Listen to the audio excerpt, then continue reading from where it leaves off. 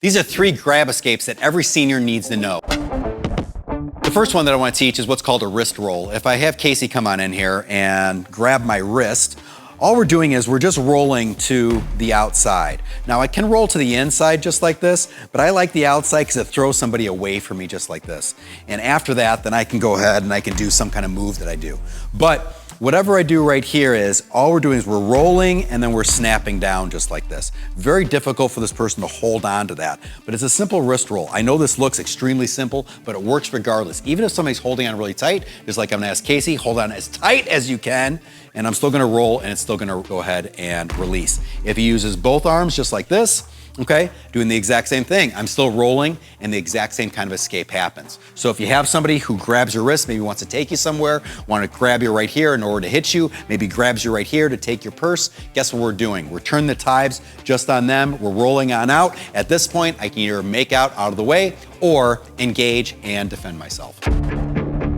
The second grab escape that we have is somebody coming up and just grabbing your shirt. Now this is a very common thing we see in the movies, but guess what? It happens a lot of time in real life. If I have Casey coming here, he grabs me by the shirt right here, gets a hold of me. All I wanna do here is grab the wrist and torque down. This is what it looks like.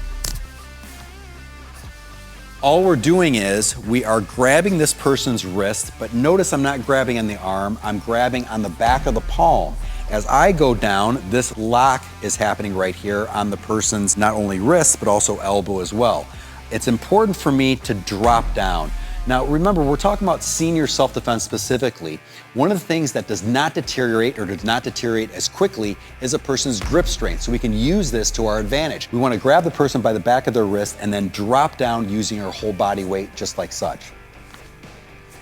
And at that point, the person can go ahead and follow up with whatever kind of move we're doing, maybe a low line kick, maybe a high line kind of follow through.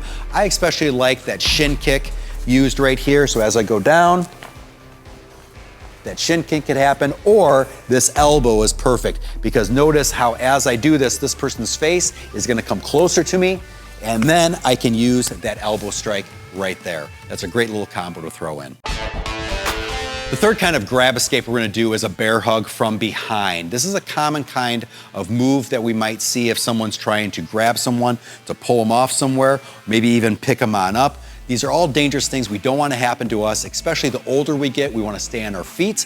We obviously don't want to be pulled into any kind of a car or a van. So what happens right here is Casey's gonna show 2 different versions here. The first version is me covered on up just like this. As this happens, first thing I always do is drop my weight. It's important to do that because I don't want to be picked up. But then I'm simply going to respond with what we call a low, meaning a foot stomp, a high with the headbutt, and then a low, meaning a groin slap, kind of a combo right there. Now the reason why we're using all 3 moves right here is because something's going to be open. You may not get all 3 points of contact, but that's not the point. The point is to see where the weak spot is. I may have Casey come behind us, and as he comes behind me right here, his face is right up. So Casey, kind of point your head up. Yeah, so if it's right here, guess what's gonna work? Man, that headbutt's gonna come in really, really handy right there, okay? So no matter what kind of combination I do these moves in, something is going to be open. Once we initialize and we throw those couple tools in, we get the pain that we want, we can escape or turn around and follow on up if we need to. The second kind of version that we have right here is the same bear hug, but instead of my arms being pinned, now Casey's gonna be behind me and my arms are gonna be free. This one is a little bit easier, so we still drop our weight though, and the reason why we drop our weight is because I don't want to be picked up.